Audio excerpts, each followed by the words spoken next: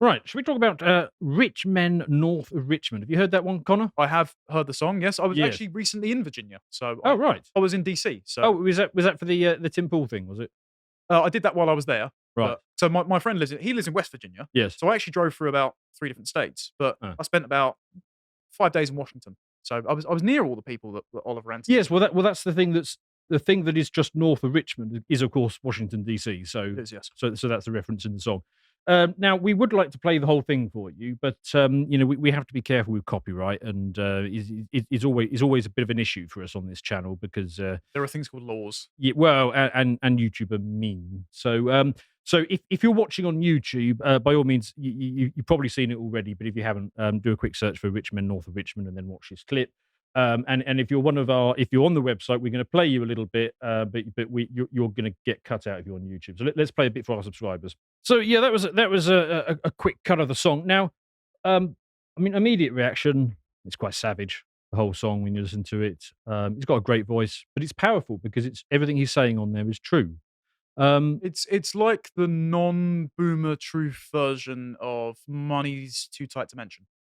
yes, yes, that's a good comparison. Yes, where it was very critical of Yeah, Reaganomics at the time, of where Reagan tried to implement a sort of trickle-down neoliberal system, and it's led yeah, to even worse trickle-up oligarchic system, and he's taking yeah. square aim at that. Export and manufacturing jobs and all the Yes, rest of it. Yes, but I mean, obviously, this has done incredibly well. It's gone to the top of the charts, and this is an unknown guy. it's number one on Billboard 100 as of today.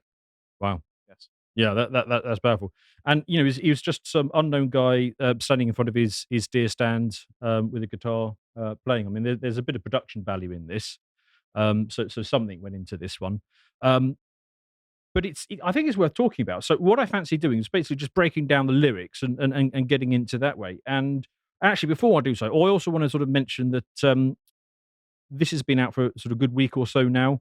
And we're getting to the stage where I'm just going to acknowledge, yes, there are people now coming out with their takes about how it's all a psyop, or oh, this is what Rory yeah, in The Office calls Fed Sheeran. yes, yes, that's a good one. I don't put any stock into that. And then you got the people on the left basically trying to cancel him because they saw his YouTube playlist and he's Which had, yeah, stuff some about 9/11 and stuff like that, and so yes. they think he needs to be cancelled for it. It's like, well, for God's sake, like, I'm not gonna get into that even. I mean, there was obviously something dodgy about 9/11. I mean, for God's sakes. I mean, honestly, Tower 7 and the Pentagon, I mean, I don't know how much of it is wrong, but there's definitely some wrong stuff in there. I don't think they objected to him talking about 9/11, more so just who he thought was behind it, Well, I but was sort of somewhat glossing over that we bit, but definitely yeah. won't mention that because we Yes. we take absolutely no position on that either. It's just Yes. people are raising eyebrows as to whether or not the fact that he has an affiliation with conspiracy theories who would Yeah. otherwise marginalize his perspective to the normie boomers who quite like country music is meant to make everyone that's jumped on this and made it successful look radioactive by comparison. Yeah, this is their sort of standard cancellation technique, and I did quite like his response to it. He just doesn't care because I mean that's the whole authenticity of this song is he just doesn't. He's been so beat down, he just doesn't care about this. Well, I think what people might be wary of is if this is another Kanye situation Mm. of where Kanye seems to pal up with Donald Trump.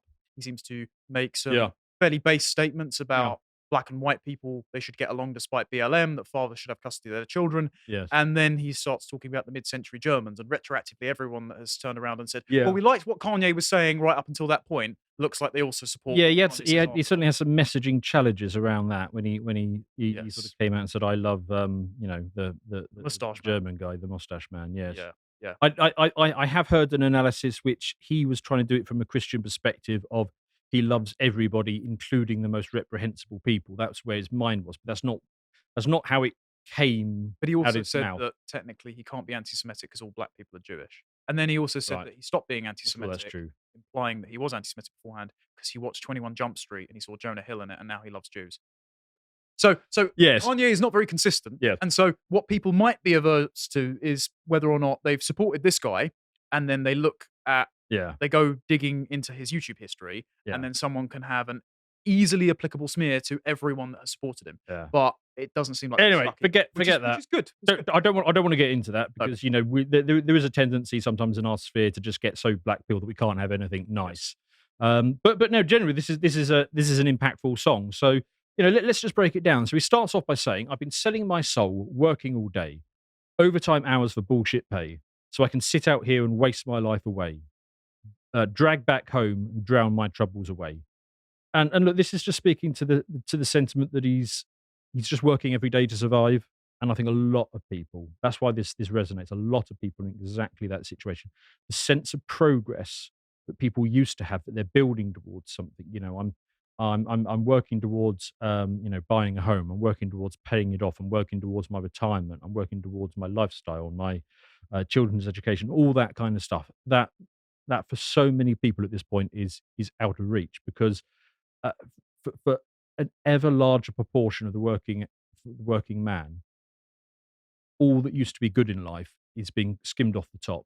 There's two angles to this. It's that Yeah. one, there is a social mobility ceiling that is lowering like a tomb in Indiana Jones. Yes. And the Yeah. second one is, what are you working for? Are you working for the subsistence of your household? Because fewer of us have relationships, Mm.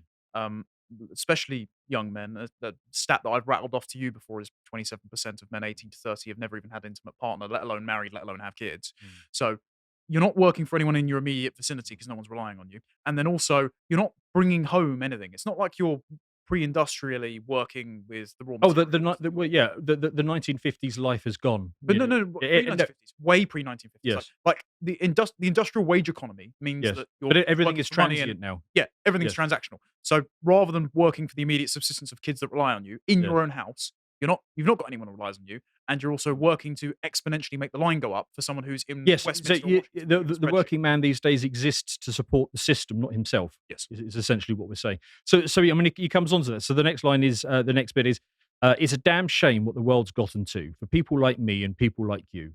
Wish I could just wake up and it not be true, but oh, it is." And this is sort of speaking to this whole song feels like a funeral dirge for the American dream. It's a sort of continuation of what we're saying. And when he says it's a shame, I think he's saying that because it doesn't have to be this way. It could be other, and it really doesn't have to be this way. The reason why the working man is in this situation today is absolutely a product of our financial system. Yes. And I will come on to that more when there's another bit relates to that. He has a line, and this one gets interpreted in different ways. So see what you think. He says, "Living in the new world with an old soul." So I've heard lots of reactions that take that either way. I took it to mean living in the new world, as in the Americas, with an old soul. So that was a reference to European feudalism and the sort of elitist capture, that sort of old-fashioned class-based system, which wasn't supposed to transfer across to the America post their revolution. Hmm. But the other interpretation of that is it's living in the new world, as in the post GFC world, this new digital post internet world, and comparing it to what life used to be like. The bugmen v the grass touchers. Yes, well, that sort of thing. But also, I mean, this is a guy who's presumably about 30 years old, so he would have been a teen in the 2000s. And basically, I mean, I sort of look back now, and before about 2008, the world was just normal. Yep. And he would be old enough to remember that, and now it's just everything is decay now. Well, this is something in your fourth turning Brokenomics that you hit Yes. on, but I think this is something that I can speak to being in that generation that's had its metaphysical ties severed, not just looking at it from an above angle. If you started school with a smartphone, you genuinely don't know how to interact with people. No, I didn't. I know lots of people that did. I've interacted with those people, and they can't put it down, and they always have the open door in the back of their mind to what will the crowd think. Yes. And they're not very grounded people. Like their concerns are very material and very conditional on social recognition. They don't have any deep, sincere, and transcendental convictions that Mm. guide them along. And when he says old soul, he's talking about being rather than that class system imported from feudalism. I think it's the opposite way around. He's talking about the connection with the earth and the family and the people that you're bringing home to, and the land you're working with Yes, it might. before enclosure and before the centralization in industrial cities. That's a much Right. richer and more romantic way of viewing the world as being a part of it, rather than itemizing it and taking it Okay. out of nature and put it on a shelf. So, I mean, just using you as an example, how much do you remember the world pre 2008? 9/11 is not. It's in my lifetime, but it's not in living memory. Yeah. That's a good way of Okay. putting it.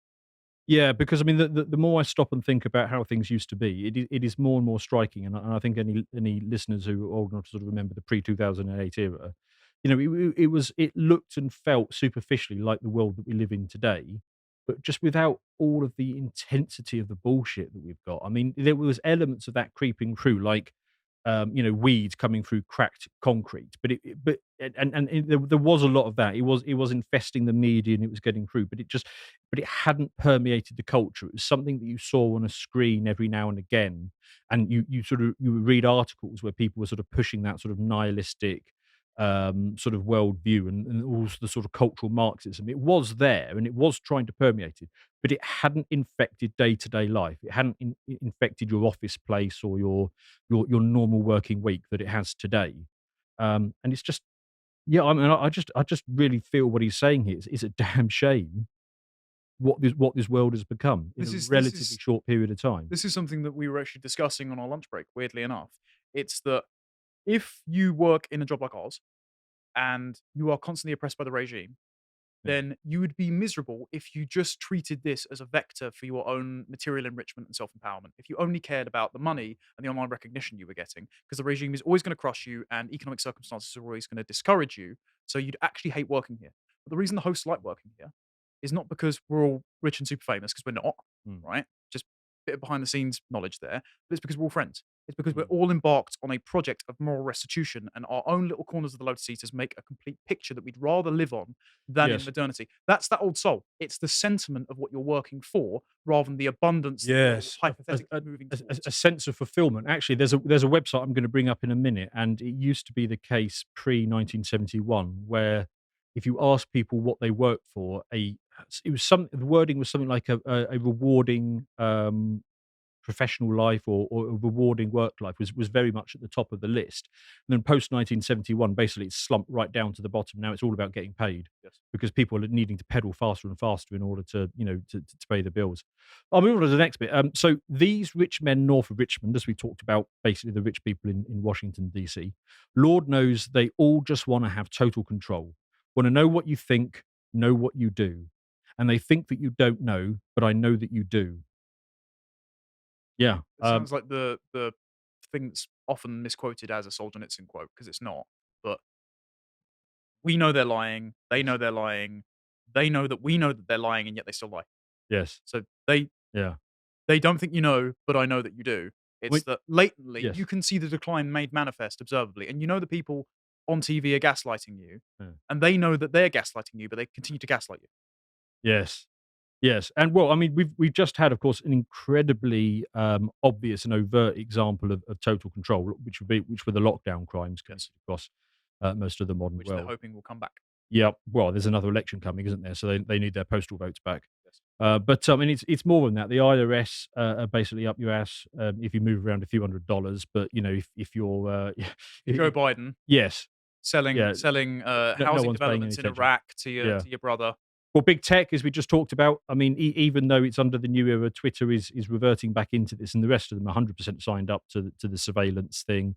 The FBI and God knows which other three little agencies are sort of working to sort of monitor people on a constant basis, and it's just so this pretense of a government for the people. It's just so gone. It's the people for the government. These days, you will serve the government. You Your will tax pay us. cattle. Yeah, tax cattle, exactly that, yeah, and it goes on to the next bit to say, "'Cause your dollar ain't shit and it's taxed to no end, 'cause of rich men north of Virginia," and this, he absolutely nails it because, again, the working man is being completely squeezed from both ends. He's got taxes which are going up all the time that are sort of sucking the life out of him, but at the same time, his ability to actually buy anything is being squeezed at the other end, and so no wonder they're sort of being left with this sort of absolute despair and hopelessness. But it's also the class dynamic as well. It's not Mm, just how the money supply is being manipulated. It's at the one end, you've got the oligarchs who would like to permanently cement their power, and yep. they've got a symbiotic class that they're importing to create Yes. that dependent voting base, who are in the UK specifically being battery farmed in hotels, who have Yep. themselves none of that old soul. They're all mercantile. So they're actually content to sit like bugmen in those little rooms and on the taxpayer seat, just sit outside on the pavement and smoke all day at your expense. So you're squeezing, it's not the middle class. You're squeezing anyone who does any genuine productive work and has aspirations for family and social mobility Yeah. to be discouraged to work to foster that dependent population. So the people at the top never have their power challenged. Yeah, you got to wonder what those hotel boatmen are sort of being brought in for. You know, what point they're going to be activated for whatever the purpose is.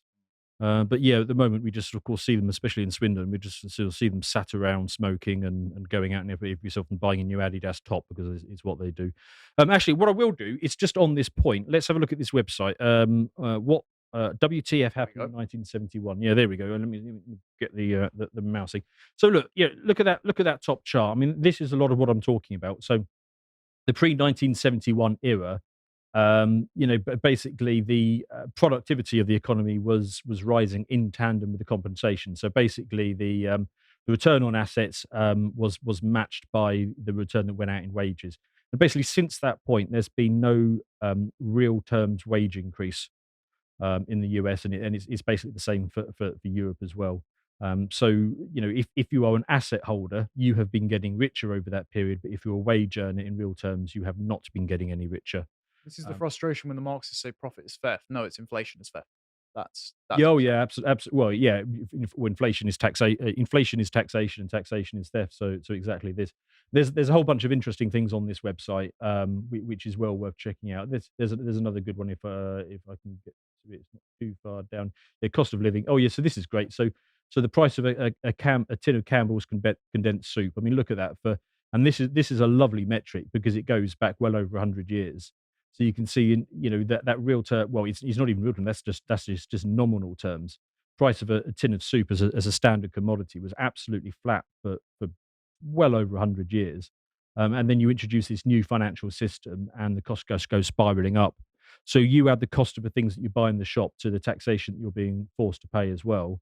No wonder we're getting squeezed. And actually, we jump on to the next thing. I've actually done a Brokenomics on this website. So it's the path to today's problem where I basically go through that website a graph at a time and explain what's going on there. So that was actually a very popular one. It explains so much of why we are in the situation that we're in now. Jumping back to Oliver, which actually incidentally isn't his name. That's his grandfather's name. I thought I'd mention that before the comments Yes. pointed out. His next line is, "I wish the politicians would look out for miners and not just miners on an island somewhere." That is a hard hitting line because I understand that there's a big miner community Mm. near where he lives, and of course nobody gives a damn about miners. It has some synchronicity as well with the abandoned, left behind manufacturing towns of the north in the UK, Yeah, because this shows the Uniparty is at work both in the US and the UK, because Margaret Thatcher is most famous for the revisionist version of the history is obviously she took the fight to the unions, which were infested with communists, and I wasn't a fan of the unions, but by deracinating those towns of their inherited professions and prosperity, which usually were mining towns. mm. She didn't replace them with anything. And so she thought, oh, by offshoring manufacturing and centralizing all the financial services in London, everyone will be happy and the country will be Yeah, wealthier. But those men in the time and place yeah. had no ability to generate a personal income and some personal meaning for their families. Yeah, to be fair, the deindustrialization that happened under her was a trend that was very much underway before she came in as well. But But she yes, yeah, accelerated. yeah, that is a part of it. But yeah, no, just focusing on this narrow aspect of it. I think it was either the miners or it might have been the oil workers when they started to experience particularly hard times. The Washington class and the media class and the politician class basically came out with a learn to code thing. Yes. It's like they just do not give a damn about the plight of these people in the slightest. And when these people then sort of turned it round about 2 years later, when there was that sort of tech crunch and started making fun of them on the same basis, they all started getting banned and censored. It's a ridiculous situation. And then, of course, the second part of the comparison, which is not just miners on an island somewhere, Yes. it it is absolutely absurd, the situation with that. I mean, we probably don't talk about it enough, but we basically have a pedo class that's protected by an elite class because they're the same class of people. Yeah. And everybody knows that these people are fiddling kids and they're just getting away with it. I mean, I think we had a very popular segment, didn't we? Yeah, it's up to about 450,000 views now on the website. Yeah, on On Epstein's YouTube, rather. client list. Yeah.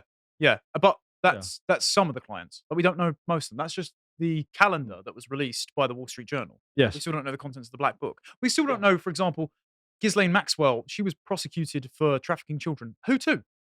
Yeah. Oh, no one. Oh, okay. Yeah. That's Trafficking interesting. to no one. Yeah. Right. Okay. And it's just so obscene and so absurd that we know that there are these high level paedophiles that operate with absolute impunity, and we're supposed to just forget about it. I mean, I haven't even forgotten about the 19,000 girls that were sexually assaulted and raped in Rotherham. But again, we're supposed to just tut and move on. By the UN aid workers and Oxfam Yeah. as well that face no repercussions. Yeah, the Sound of Freedom, which I haven't watched yet, but I intend to. It's a bit more difficult to watch it over here because When it hits streaming, we'll have to. yeah, but definitely going to watch the Sound of Freedom soon. But again, this is all part of the deep frustration that these things happen, and we're supposed to just forget about it and ignore it. And if we notice it, we're just called QAnon conspiracy theorists, Yeah, even though oh people yeah, have I'm been gonna prosecuted yeah for said crimes. yeah coming to that. The next part of this is Lord, we got folks in the streets who ain't got nothing to eat, and the obese milking welfare. Well, God, if you're 5'3" and you're £300, taxes ought not pay for your bag of fudge rounds. Now, this is the one that has caused all the pushback from the left on this one, because the sort of the default position in the established classes that you're not allowed to touch entitlements, and that you need to treat those on welfare with kid gloves. But this guy's authentic. He doesn't he doesn't look at welfare as I'm being made poor by this system. Therefore, I have compassion for all poor people. No, he's a working man trying to work, and he knows that he's getting bled out. And these politicians are enriching themselves through the power of these entitlement programs, and they're using it as their personal patronage for the many trillions that they move around on this basis. People like that, they want to provide for themselves and their family and their community. They don't want to be paying for some lard barge in the middle of a blue city wobbling around, stuffing their faces with corn syrup and sugars. The system, the media class, the politicians, they basically just lump all of these people in together and just the pawns. There's a twofold critique there as well. Mm. He didn't go after the entitlement programs just in the trickle up inverse demographic pyramid. The boomers are running up the debt and Yeah. taxing people like me in this country, him in that country to pay for entitlement programs that they can never quite afford. He went after the people that are fat layabouts, and Yes, and such a the difference. reason is there. He's almost talking to them, like he's saying, if you are this person who's £300, you don't deserve that, and just know that the rich men north of Richmond want you to be this way because they've induced learned helplessness in you because Yeah. you'll never challenge their power. It's a vote plantation. Yes, exactly. And then the other point is as well is that there is a general attitude, and this is why he got attacked by the body positivity fat activists and like that you should be disembodied, and that Mm. any judgment and any biological constraint on the satiation of your material desires, which is the new world, not the old soul, as in what can I do for you, is what can I accrue to myself, is oppression. And so you, as a big fat £300 person, are actually serving elite interests because they are Yeah. transhuman in their idea that their body should not be a limit for how much pleasure they can accrue. Well, those people will be coming under regime attack if they weren't useful to them. Yes, So, exactly. so they clearly are. And that's why they're offering now jabs to reduce your weight rather than healthy diets. Because it's more transhuman. It's not vegetables and exercise. It's have another product. Yeah, it's the that we can technological sell. version of Yeah. the Roman banquets to then go into Mm. the vomitorium for another course. Yeah. So the next line is, this again speaks to the despair. Young men are putting themselves 6 feet in the ground because all this damn country does is keep kicking them down. And actually, there was loads of reactions that I could have pulled from, in relation to this song, but this one in particular, and this line in particular, just caught my interest. And this guy, he goes into watching this for the first time, and at this point, he kind of throws up his hands because it's resonating so strongly. And well, watch for yourself. Watch this clip. I never thought I would ever say something about like this about the United States, about my country. And I just feel it. It's like every single day they just sit and they beat us down, and you see the next person that you might want to like look up to a little bit, not just look up to, but like listen to and say, hey, he's making sense, in jail. Next person, he seems to be making sense, canceled. Next person, you know what? He's kind of making some sense. Disappeared. Gunned down by the CIA. Yeah. Yeah. And I feel it, and you can tell why this song has gone to number one, because I had a very similar reaction the first time I heard it, and I don't even live in America. I mean, we're downstream of a lot of this shite, Mm. but we are still getting it. But I But mean, we are a vassal state, so we import the same culture. yeah, exactly. But I mean, if you're living somewhere and you grew up thinking that you lived in the land of the free, and then you look around you and things, because it's so slow and insidious. It's every day this sort of creeps on you like a slow dusk. It's like the alien blood Yeah. working its way through the ship. Yeah, and then you sort of listen to this, and it's all laid bare, and I absolutely get that reaction. So the next part of this is, Lord, it's a damn shame what the world's gotten to for people like me and people like you. I wish I could just wake up and it's not be true, but oh, it is, living in a new world with an old soul.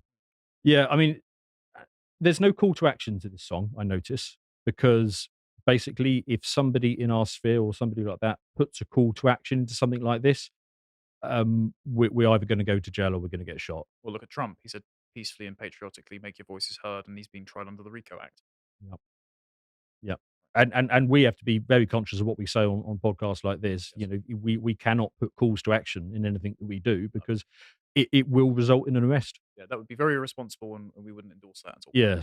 Yes, which is annoying. I suppose we can hint at a few things. So it is deep. I disavow. Yes.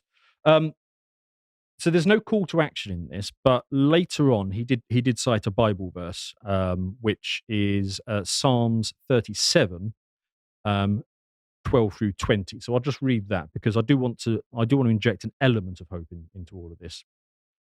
So, the wicked plot against the righteous and gnash their teeth at them, but the Lord laughs at the wicked, for he knows their day is coming.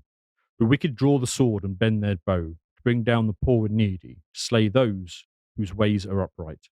But their swords will pierce their own hearts, and their bows will be broken. Better the little that the righteous have than the wealth of many wicked. For the power of the wicked will be broken, but the Lord will uphold the righteous. The days of the blameless are known to the Lord, and their inheritance will endure forever. In times of disaster they will not wither. In days of famine they will enjoy plenty. But the wicked will perish.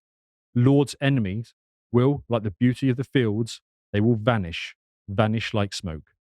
Now, you don't need to be a religious person to understand the resonance of that.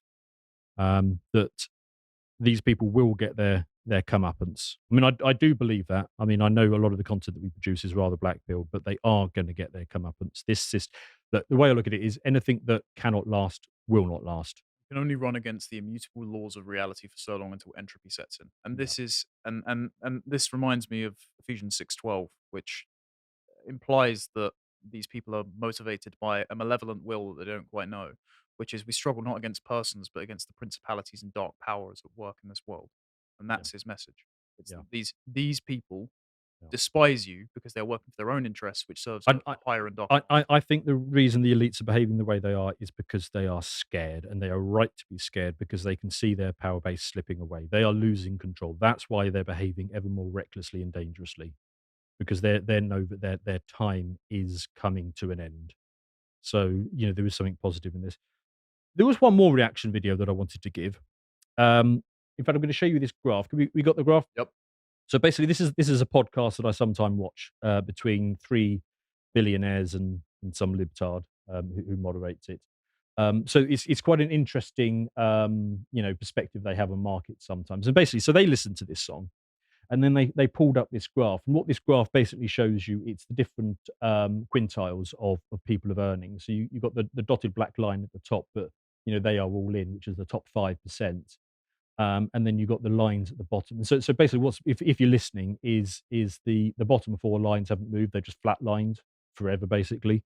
And then the people who are doing pretty well, their line has been going up, and the top 5%, their line has been sort of rocketing straight upwards. That's also the four lines at the bottom are anything below or just above $100,000. Yeah, so we're not talking about people who are And there's a higher there. proportion of people that make that in the UK per population than over in the US than in the UK, rather. Yeah, exactly. So it is the vast majority of people that this situation applies to. Anyway, so they get talking about this, and they are perceiving this in terms of well, is this guy basically calling for somebody to come along and take away my money and just hand it to those people at the bottom? Complete swing and a miss. Listen to this swing and a miss of analysis. A lot of people want to pretend that this is an issue and they want to get the sympathy of the masses by giving the populist rhetoric of why this is an issue. But when push comes to shove, and the question is, do you believe that the dashed black line or the blue line should be legislatively brought down to meet the other lines? People just evade the question. In my perspective, the answer is no. You cannot do that. And the reason why United States GDP is where it is because of that dashed line. It's an existence proof of the fact that this is the largest economy in the world. And so one has to make a really simplistic decision, which is, do you want economic supremacy and then try to figure out ways of rebalancing things, or do you not? I say you absolutely must start with that, which means that that dashed line and that blue line will always have a rate of acceleration that is greater than the other lines. And that's just natural OPEX leverage that exists in any company. If you look at a company with 50% EBITDA margins versus a company with 15% EBITDA margins because one uses technology and the other one doesn't. Capitalism is rife with these examples. Yeah. Chamath, that is the smartest, best thing you've said in 142 episodes of the All In Pod. But I agree 100%, Chamath, with your... I think it's well said. But then you should just say it. I think we do a huge disservice by pretending to care and then not saying the ugly truth. The ugly truth is none of us want the government to try to bring that dashed black line or that blue line down.